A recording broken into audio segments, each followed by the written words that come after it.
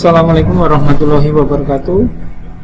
Selamat pagi, siang, sore maupun malam, tergantung Bapak Ibu yang menyaksikan video dari kami. Kembali bersama saya Parianto untuk menyampaikan materi SKP, tutorial penyusunan SKP untuk jabatan pimpinan tinggi Pratama. Untuk menyusun SKP untuk jabatan pimpinan tinggi Pratama atau JPT, ada dua metode, yaitu metode pendekatan kualitatif maupun metode pendekatan kuantitatif. Saat ini akan kami contohkan untuk penyusunan SKP metode kuantitatif. Langsung saja kita lihat untuk form SKP. Form SKP sesuai Permenpan 6 tahun 2022 seperti ini. Jadi Bapak Ibu nanti bisa mendownload untuk formatnya. Ini kami contohkan cara pengisiannya. Yang pertama adalah dari sheet perjanjian kinerja. Perjanjian kinerja ini kita isi dari perjanjian kinerja kepala OPD, yaitu ini contohnya dari BKPSDM. Ada 3 sasaran strategis dengan indikator ini dan targetnya ini. Meningkatnya kinerja ASN yang berbasis kompetensi, kemudian meningkatnya pengembangan dan penataan karir PNS sesuai dengan kompetensi, meningkatnya pelayanan administrasi kepegawaian dengan mudah, cepat, dan tepat. Ini kita jadikan rencana kinerja kepala OPD atau JPT. Ini kita ambil dan kita jadikan di sini. Di sini ada format perjanjian kinerja. Bapak Ibu bisa mengkopikan tadi dari PK-nya, tapi kalau tidak dikopikan tidak masalah, tapi langsung kita isikan di formnya. Yang pertama, form SKP untuk jabatan pimpinan tinggi Pratama dengan pendekatan hasil kerja kuantitatif. Itu adalah seperti ini: nama instansi, periode penilaian 1 Januari sampai dengan 31 Desember 2022. Di sini ada pegawai yang dinilai. Untuk contohnya ini ada Kepala BKPSDM Kabupaten Karanganyar, Bapak Suprapto, NIP-nya, jabatan dan jabatannya. Ini adalah penilai kinerjanya adalah Kepala Daerah, yaitu Bapak Dr. Andes Haji Julian Mono, MM, jabatannya Bupati Karanganyar, instansinya Pemerintah Kabupaten Karanganyar. Di sini ada 5 kolom. Yaitu yang pertama adalah nomor, rencana hasil kerja, indikator kinerja individu, target, dan perspektif. Ini hasil kerjanya. Yang pertama adalah kinerja utama. Meningkatnya kinerja ASN berbasis kompetensi. Ini diambil dari PK tadi. Jadi PK-nya ini meningkatkan kinerja ASN yang berbasis kompetensi. Karena SKP itu adalah hasil, maka diubah menjadi hasil. Jadi meningkatnya kinerja ASN berbasis kompetensi di sini. Kemudian untuk indikator kinerja individunya kita kopikan juga dari PK-nya. Ini persentase ASN yang mengikuti pendidikan dan pelatihan. Targetnya 7%, diambil dari sini juga sama. Jadi ada 3 rencana kinerja dari PK, kita masukkan semua 1, 2, 3. Indikatornya 1, 2, 3, targetnya 1, 2, 3. Ini. Jadi ini yang menjadi kinerja atau hasil kinerja yang untuk perspektif penerima layanan. Jadi rencana kinerja ini untuk penerima layanan, yaitu siapa? ASN Kabupaten Karanganyar. Perspektifnya untuk penerima layanan. Kemudian kita juga ada perspektif untuk penguatan internal. Ya, di sini contohnya ini nanti bisa Bapak Ibu kopikan, yaitu meningkatnya akuntabilitas kinerja Badan Kepegawaian dan Pengembangan Sumber Daya Manusia. Ini bisa diubah menjadi meningkatnya akuntabilitas kinerja, diubah OPD Bapak Ibu semua, misalnya Badan Keuangan Daerah atau Bapelitbang atau dan lain sebagainya, atau kecamatan mana seperti itu.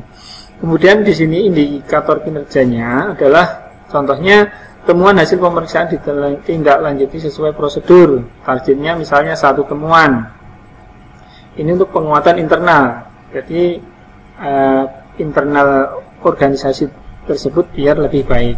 Kemudian lakit Badan Kepegawaian dan Pengembangan Sumber Daya Manusia mencapai predikat A ataupun nilai berapa. Kalau di Karanganyar yang digunakan apakah predikat atau nilai itu disesuaikan. Misalnya mencapai nilai 90 atau berapa, saya kurang paham untuk nilainya, nilai relatif itu apa. Tapi kalau misalnya predikat A atau B, kalau nilai misalnya 90 atau 95 itu disesuaikan. Nanti target di sini juga disesuaikan. Ini masih dari perspektif penguatan internal. Kemudian yang berikutnya rencana kinerjanya atau hasil kinerjanya adalah meningkatnya pengelolaan anggaran BKPSDM. Nanti diubah saja Bapak Ibu menjadi meningkatnya pengelolaan anggaran badan apa, dinas apa, kecamatan mana. Kemudian indikatornya adalah pengelolaan keuangan anggaran bebas dari temuan material. Misalnya targetnya 0 temuan, berarti tidak ada temuan. Itu. Kemudian penyerapan anggaran BKPSDM meningkat dari tahun sebelumnya. Nanti dibaca meningkatnya penyerapan anggaran dari penyerapan anggaran OPD mana meningkat dari tahun sebelumnya. Misalnya tahun targetnya 95%, kemarin tercapai 94% misalnya, atau 98% kemarin dari 97% gitu. Ada peningkatan. Kemudian terlaksana tugas direktif pimpinan sesuai target waktu yang ditetapkan. Ini misalnya ada penugasan atau direktif dari bupati untuk tugas yang selain di sini, ada penugasan lain yaitu masuk dalam perspektif proses bisnis. Misalnya 2 tugas. Tugas ini apa? Ini tergantung nanti ada penugasan atau tidak. Kalau tidak juga tidak masalah, tidak dimasukkan maksud saya. Kemudian yang berikutnya adalah kinerja tambahan. Kinerja tambahan dan kinerja utama ini bobotnya sama. Jadi Bapak Ibu mengisikan, misalnya ini contoh saja sebagai kinerja tambahan. Tapi kalau dimasukkan sebagai kinerja utama juga tidak masalah. Jadi tidak ada tugas tambahan pun tidak masalah karena penilaiannya bobotnya sama. Kalau dulu sesuai Permenpan 8 itu bobotnya berbeda antara kinerja utama dan kinerja tambahan. Tapi kalau sekarang bobotnya sama. Jadi dimasukkan dimanapun sama saja. Kalau tidak dimasukkan di kinerja tambahan tidak ada tidak diisi juga tidak masalah. Kemudian ini adalah rencana aksi. Misalnya terlaksana rencana aksi strategis dalam rangka pencapaian sasaran. Jadi untuk mencapai sasaran, meningkatnya kinerja, meningkatnya pengembangan, meningkatnya pelayanan, ini membuat rencana strategis apa seperti itu. Misalnya dibuat 2 rencana strategis ya. Ini perspektif proses bisnis. Jadi untuk SKP yang sekarang Permen 46 ini untuk sasaran SKP-nya untuk kepala OPD itu harus ada perspektif penerima layanan, perspektif penguatan internal, perspektif anggaran, dan perspektif proses bisnis. Kalau dulu Permen 8 ini hanya untuk yang metode pengembangan. Kalau metode dasar itu belum pakai. Tapi kalau sekarang Permen 46 harus pakai semua dari semua perspektif ini. Kemudian untuk perilaku kerja ini sama. Jadi panduan perilakunya sama untuk semua jabatan. Jadi dari eselon 2 semua ASN sama. Jadi ini sama. Panduan perilakunya berorientasi pelayanan, memahami dan memenuhi kebutuhan masyarakat, ramah, cekatan, solutif, dan dapat diandalkan, melakukan perbaikan tiada henti. Ini sama semua. Jadi ini sudah setting atau defaultnya untuk panduan perilakunya. Kemudian dari perilaku ini Bupati sebagai pimpinan kepala OPD atau atasan JPT itu bisa menambahkan ekspektasi khusus. Ini misalnya ditambahkan ekspektasi khusus menjadi role model panutan dalam menjunjung komitmen dan integritas pegawai di lingkungan kerjanya. Ini apabila kosong boleh atau tidak? Boleh saja. Jadi ini tidak wajib ada, tapi ada tambahan kalau dari Bupati menghendaki perilaku seorang JPT itu ditambahkan. Misalnya yang kedua, menyelesaikan setiap pekerjaan sesuai dengan target dan standar kualitas yang ditetapkan. Ini untuk aspek perilaku kompeten. Ini bisa ditambahkan seperti ini. Kalau tidak ditambahkan pun tidak masalah. Jadi perilaku yang diinginkan oleh kepala atasannya atau Bapak Bupati ini perilaku dari seorang JPT ini, semua perilakunya adalah ini, sudah ada panduan perilakunya. Ini hanya untuk tambahan ekspektasinya. Kalau tidak ada, tidak masalah. Jadi tidak ada ekspektasi khusus. Ini hanya bisa ditambahkan ekspektasi khusus, tapi kalau tidak wajib gitu. Ini kalau sudah jadi berarti kita sudah menyusun SKP JPT, sangat mudah sekali. Jadi prosesnya sangat mudah. Jadi tadi dari perjanjian kinerja dimasukkan saja, kemudian yang 4, 5, 6, 7 ini tinggal diubah aja sesuaikan dengan OPD-nya. Kemudian menyusun manual indikator. Menyusun manual indikator. Jadi dari perspektif penerima layanan tadi disusun manual indikatornya. Jadi ini formatnya seperti ini Bapak Ibu. Nanti bisa mencontoh, tinggal mengubah aja nama, disesuaikan dengan OPD masing-masing. Kemudian rencana kinerjanya ini meningkatnya kinerja ASN ini dari rencana kinerja pertama, meningkatnya kinerja ASN. Ini menjadi deskripsinya apa? Ya, seperti ini. Diambil dari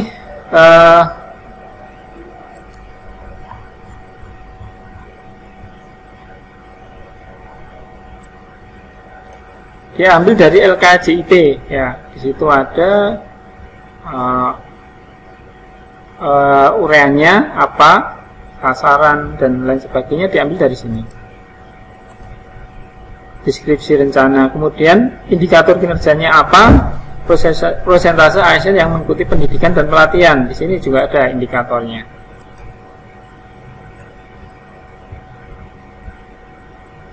Persentase ASN yang mengikuti pendidikan dan pelatihan, indikatornya diambilkan dari itu. Kemudian definisinya adalah, deskripsinya ini diambil dari ini, dijelaskan. Kemudian yang ikut dalam pendidikan dan pelatihan formal ini kalau di BKPSDM adalah ini, diambil dari LKJIP.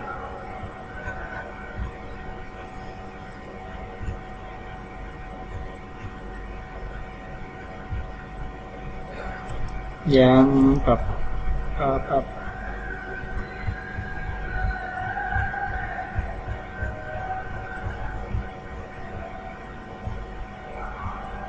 ya, ini dari sini, dari bab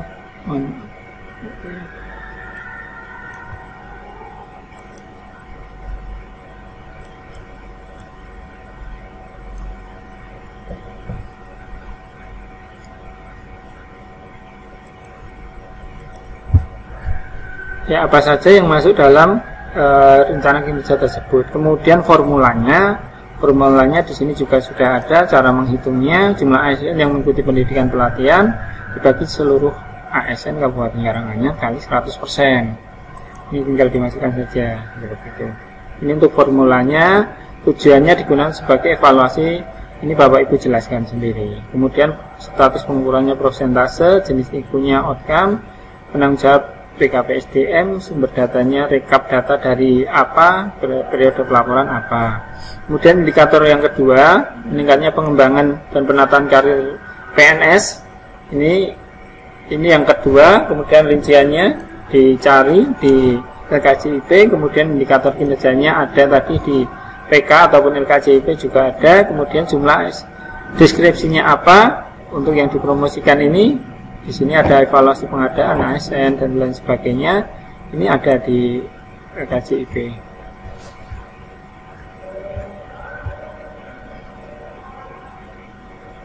Nah, ini pengelolaan mutasi dan lain sebagainya. Di sini ada.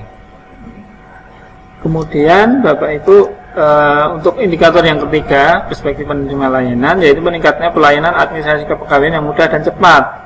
Deskripsinya apa? Diambil dari LKJIP.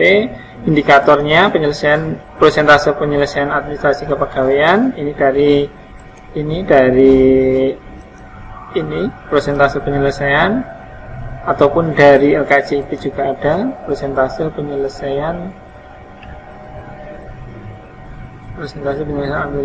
administrasi kepegawaian. Ini sama. Kemudian apa saja jumlah yang termasuk dalam administrasi kepegawaian itu kita masukkan di sini. Nanti Bapak Ibu tinggal menyesuaikan apa yang sesuai dengan rencana kinerja atau sasaran dari kepala OPD. Kemudian formulanya jumlah realisasi layanan dibagi jumlah target layanan kali 100%. Tujuannya untuk evaluasi dalam penyelesaian administrasi kepegawaian. Jenis figunya outcome, BKPSDM, rekapitulasi data jumlah permohonan administrasi kepegawaian dari bidang IPSDM dan bidang pembinaan. Ini sumber datanya. Nanti Bapak Ibu sesuaikan dengan data Bapak Ibu semua. Setelah menyusun manual indikator ini, jadi SKP ini tadi sudah tersusun Bapak Ibu. Sudah tersusun, manual indikatornya ada untuk mengukurnya, mengukur hasil kerjanya di akhir tahun nanti. Kemudian ada mekanisme umpan balik. Umpan balik ini jadi misalnya ada, kalau Pak Bupati menghendaki adanya perubahan dari rencana kinerja ataupun ada anggaran perubahan yang mengubah rencana kinerjanya kepala OPD, ini kita sesuaikan. Jadi misalnya untuk rencana kinerja yang pertama ini targetnya diubah di anggaran perubahan jadi berapa, kita sesuaikan. Ini juga kita sesuaikan. Jadi ini umpan balik ini kalau untuk kepala OPD, kalau ada perubahan anggaran itu pasti kita masukkan. Tapi kalau tidak ada, ketika atasan langsungnya atau pejabat penilainya menghendaki perubahan dari rencana kinerjanya, itu kita ubah di umpan balik ini.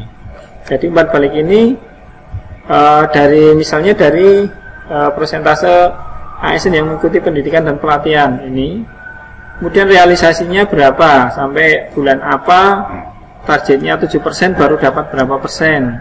Kemudian umpan baliknya nanti untuk meningkatkan apa, rencana kinerja apa sehingga dapat target itu tercapai. Ini umpan baliknya. Ini umpan balik, jadi umpan balik itu bisa setiap saat, tidak harus 6 bulan atau berapa. Jadi nanti dari penilai kinerja bisa memberikan umpan balik pada setiap saat, seperti yang kami sampaikan dalam pemaparan materi kemarin. Kemudian umpan balik tadi bisa dilakukan beberapa kali dalam 1 tahun. Kemudian di akhir tahun itu kita lakukan penilaian untuk JPT. Ya, ini formatnya seperti ini, format SKP-nya, BKPSDM dan lain sebagainya sama. Ini jadi kita mengukur dulu nilai capaian kinerja organisasi. Kinerja organisasinya bagaimana, baik atau istimewa atau butuh perbaikan, kurang, sangat kurang, itu kita tentukan dulu. Karena nanti akan mempengaruhi pola distribusinya. Pola distribusinya seperti ini. Ketika baik berarti nanti paling banyak nilai pegawai itu pada baik. Tapi ada yang sangat baik, butuh perbaikan, kurang atau misconduct, sangat kurang seperti ini. Jadi kita menentukan dulu capaian kinerja organisasi dari 3 indikator tadi, dalam perjanjian kinerja itu tercapai berapa. Nanti kita jadikan ketika tercapai targetnya berarti baik. Nanti kalau melampaui target istimewa, seperti itu. Kalau istimewa nanti kurvanya seperti ini, langsung seperti ini. Jadi semakin naik seperti ini. Tapi ini kalau baik berarti menaik di baik paling tinggi, kemudian sangat baik turun. Ini. Kemudian untuk SKP-nya di akhir tahun penilaiannya cuma seperti ini Bapak Ibu. Misalnya dari rencana hasil kinerjanya, meningkatnya kinerja ASN yang berbasis kompetensi, indikator kinerja individunya tadi sama, target sama, perspektif sama. Ini kita tambahkan kolom dua kolom, realisasi berdasarkan bukti dukung dan umpan balik berkelanjutan berdasarkan bukti dukung. Misalnya kita contohkan seperti ini. Dari target 7%, ini realisasi di akhir tahun 7,02%, berarti melebihi target. Ini umpan baliknya adalah realisasi pegawai telah memenuhi ekspektasi pimpinan. Tolong ditingkatkan lagi tahun berikutnya, kembangkan lagi strategi yang sudah dilakukan. Contohnya seperti itu. Kemudian untuk yang kedua, itu targetnya tidak tercapai, cuma 96%, atau ini mau tercapai semua 97%. Ini kita contohkan tidak tercapai. Ini umpan baliknya, pimpinan atau bupati itu belum memenuhi ekspektasi saya karena target tidak tercapai seperti itu. Tapi kalau tercapai, nanti ya dibuat saja sudah kinerjanya sudah baik seperti itu, ekspektasi terpenuhi seperti itu. Jadi sangat mudah Bapak Ibu untuk SKP yang sesuai Permen 46 ini. Kemudian yang ketiga adalah meningkatnya pelayanan administrasi kepegawaian dengan mudah dan cepat dan tepat.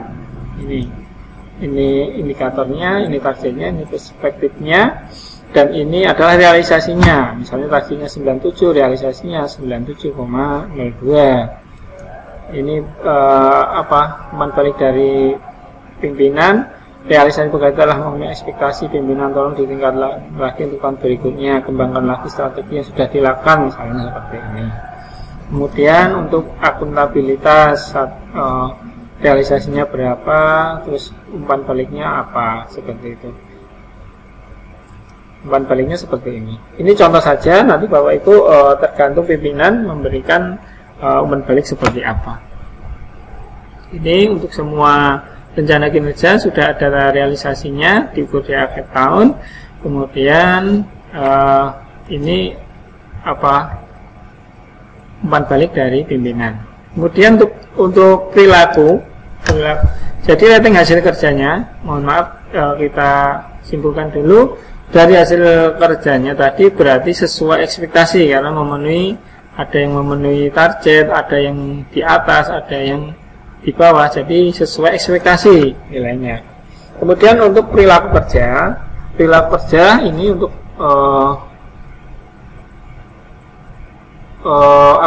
berorientasi pelayanan ini dinilai. Untuk kepala PD-nya misalnya bagus sekali karena mengutamakan kepuasan penerima layanan PKPSDM dan lain sebagainya. Ini jadi penilaian dari pimpinan seperti ini. Contohnya, kalau tercapai atau memenuhi panduan perilaku ini berarti nilainya sudah sesuai ekspektasi. Tapi kalau dari kepala OPD ada yang tidak memenuhi perilaku ini berarti nanti bisa di bawah ekspektasi. Tapi kalau perilaku kinerjanya itu baik, maksud kami hasil dari kinerja organisasi baik, pasti kepala OPD itu nilainya baik, mungkin di atas ekspektasi seperti itu Pak Ibu. Yang paling tinggi adalah kepala OPD, di atas ekspektasi seperti itu. Kemudian ini rating perilaku kerjanya, predikat kinerja pegawai baik. Di sini predikat kinerja pegawainya baik. Jadi ini Bapak Ibu penilaiannya sangat mudah sekali. Dari target tadi cuma mengukur saja berdasarkan data realisasinya berapa dari target. Kalau sudah sesuai target atau ekspektasi berarti nanti nilainya sudah menjadi sesuai ekspektasi. Ini Bapak Ibu predikatnya seperti ini. Jadi untuk predikat pegawai baik. Kemudian sheet berikutnya ini adalah dokumen evaluasi kinerja pegawai periode atau triwulan 1. Ini formatnya sama, misalnya evaluasi tiap triwulan 1, kalau triwulan 2, triwulan 3 ini akhir. Ini misalnya akhir periode.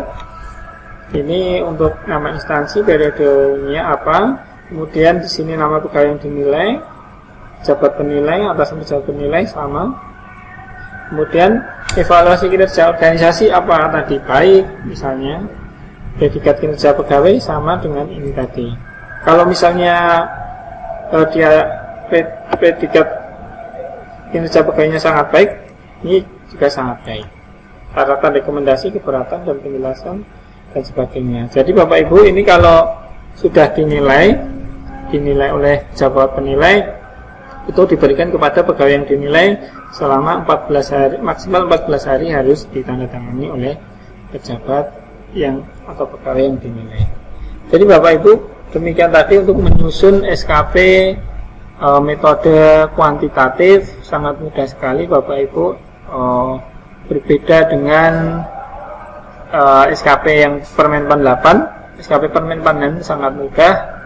Nanti Bapak Ibu segera bisa membuatnya. Kami sediakan formatnya untuk contoh. Nanti Bapak Ibu bisa mendownload dan bisa mempraktekannya. Demikian Bapak Ibu untuk materi penyusunan SKP 2022 sesuai Permenpan 6 tahun 2022 untuk pendekatan kuantitatif. Nanti di video berikutnya akan kami sampaikan contoh atau tutorial penyusunan SKP untuk pendekatan kualitatif. Demikian yang dapat kami sampaikan. Apabila banyak salah kata atau hal-hal yang tidak berkenan, kami mohon maaf. Bila taufik wal hidayah, akhirul kalam, wassalamualaikum warahmatullahi wabarakatuh.